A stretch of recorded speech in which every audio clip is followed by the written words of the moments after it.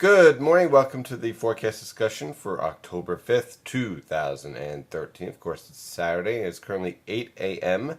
and we have temperatures ranging from the upper 50s to lower 60s over the northern interior, especially over northern Connecticut and the Hudson River Valley around Poughkeepsie.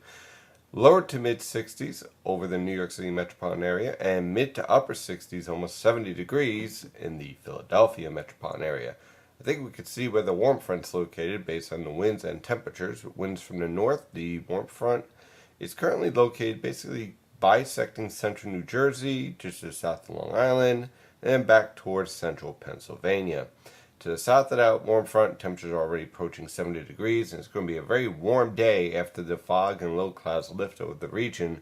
To the north of the cold front, look for temperatures basically in the upper 60s to lower 70s over portions of northern Connecticut, mid 70s over portions of the New York City metropolitan area, and then upper 70s to lower 80s over the Philadelphia metropolitan area. Now, yesterday we saw temperatures really spike over the New York City metropolitan area and Philadelphia metropolitan area to record levels, well above what was forecast. And the reason why is that the warm front lifted north. We had some winds coming right off the Appalachian Mountains, down sloping, and allowing temperatures to spike above 850 millibar temperature limitations. Happens sometimes. Can that happen again? Yes. If the warm front lifts further north, but just all you need is one disturbance out here to just kind of drive this warm front a little bit further north, then you're going to have temperatures spike above forecasted temperatures again. So we're going to have to keep an eye on that and watch that. I think you're pretty much safe for Connecticut. I think pretty much those locations will be in the upper 60s to lower 70s. However, as you head further south, you have a higher potential of seeing mid to upper 70s in the New York City metropolitan area. And then in the Philadelphia metropolitan area, definitely expect to be around 80, 81. It's going to feel more like 86, 87 because of all the high humidity in the atmosphere, as you can tell with all the fog in place. On our surface map, we can see that very clearly. Here's our warm front, basically sitting right over central New Jersey, back towards central Pennsylvania, right here. To the north of the warm front, we have much dry air, especially over portions of New England. To the south of the cold front, it is basically tropical. That's the best word to describe this, tropical.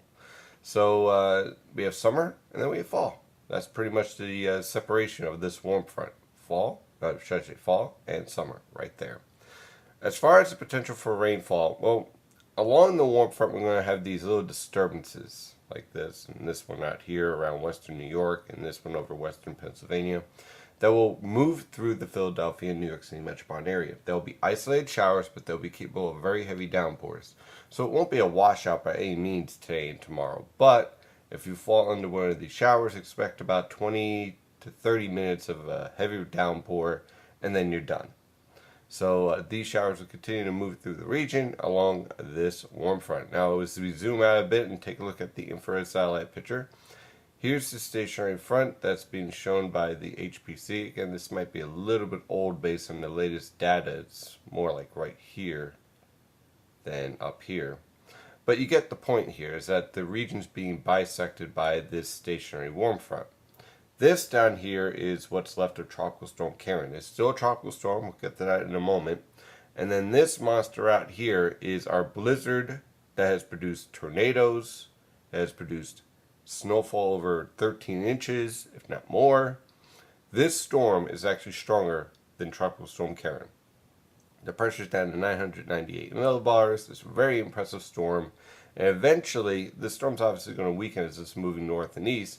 But eventually this cold front right here, combined with the moisture, whatever's left over from Karen, will produce a very heavy rainfall event for Monday night into Tuesday, with rainfall amounts ranging anywhere from 1 to 3 inches. Talking about Karen, well, it's not very impressive, I could say that. Winds are around 40 miles per hour. It's moving to the north at 10 miles per hour. It's currently 155 miles to the south of Morgan City, Louisiana, or 185 miles to the southwest of the mouth of the Mississippi. It has a pressure of 1,008 millibars. Remember, our storm out in the plains is around 998, so this storm is actually weaker than our storm out there in the plains. How does Karen look? Well, not very impressive. If you think Karen is here, you would be wrong. It's actually here. This is a circulation associated with Karen. this is all the convection.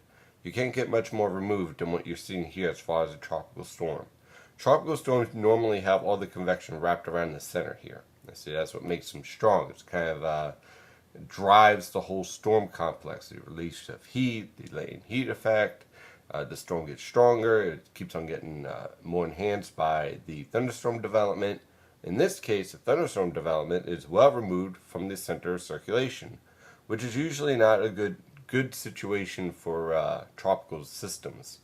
So that's why Karen has been weakening, and quite frankly, I wouldn't be surprised if Karen is downgraded to a tropical depression by the time it actually reaches the coast.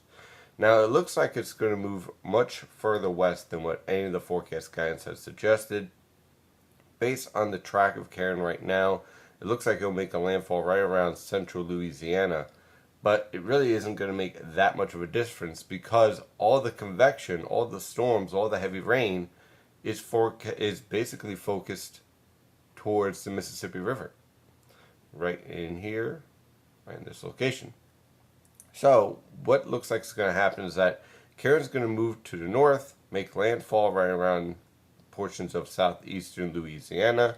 It's going to eventually start to turn more north-northeast under the influence of that cold front approaching the region. But the main effects, the heavy rainfall, because it certainly won't be the strong winds, the main impacts of Karen will probably be focused more towards Mississippi and Alabama as all this heavy rainfall lifts north and then northeast. And we can see that very clearly on the water vapor satellite picture. Here is our major storm out here in the plains. We have a clear southwesterly flow out ahead of this cold front, one would expect. So basically what's going to happen is that this cold front and this upper level trough is going to pick up Karen, send it right up the east coast, and produce a rather wet start to next week for the Philadelphia and New York City metropolitan areas. And let's take a look at the latest model guidance. Using the GFS model guidance, the European model guidance last night produced some, well, funky solutions, especially towards the end of next week with a coastal storm. Took a look at all the ensemble model guidance, did not support it, decided to stay away from it, reduce confusion. Sometimes the European model guidance has a bad model run. It happens. No one's perfect. So we're going to use the GFS here, and for this afternoon, high pressure is basically in control. Yes, you have this station in front around, could be an isolated shower or two, but really not a big deal. It's going to be muggy out. It's going to feel like it's summer. If you listen to me and didn't put away your air conditioner, you're probably thanking me right now, because temperatures are going to feel like the mid to upper 80s as you head into the Philadelphia metropolitan area. New York City metropolitan area, you're going to be around the upper 70s, mid to upper 70s, but it's going to feel like the lower to mid 80s with all this humidity in the atmosphere. For this evening, high pressure is lingering, that warm front is lingering, and so are those showers lingering around the region. For tomorrow, same setup, same situation as today, rinse and repeat, with high pressure generally in control, but that stationary boundary lingering around the region with a few isolated showers here and there. By the time we get to Monday, we're going to start to see clouds increase, showers increase, but I think most of the day on Monday we remain dry. Monday evening we start to get that rain pushing into the Philadelphia and New York City metropolitan areas.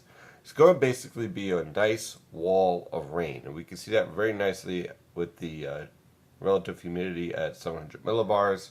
You can see it also shown up very nicely on the GFS model guidance with the QPF here.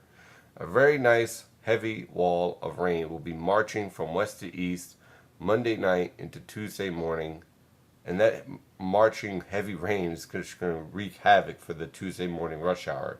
So be prepared for that, because Tuesday morning is going to be rough around the Philadelphia and New York City metropolitan areas with very heavy rainfall and very poor visibility.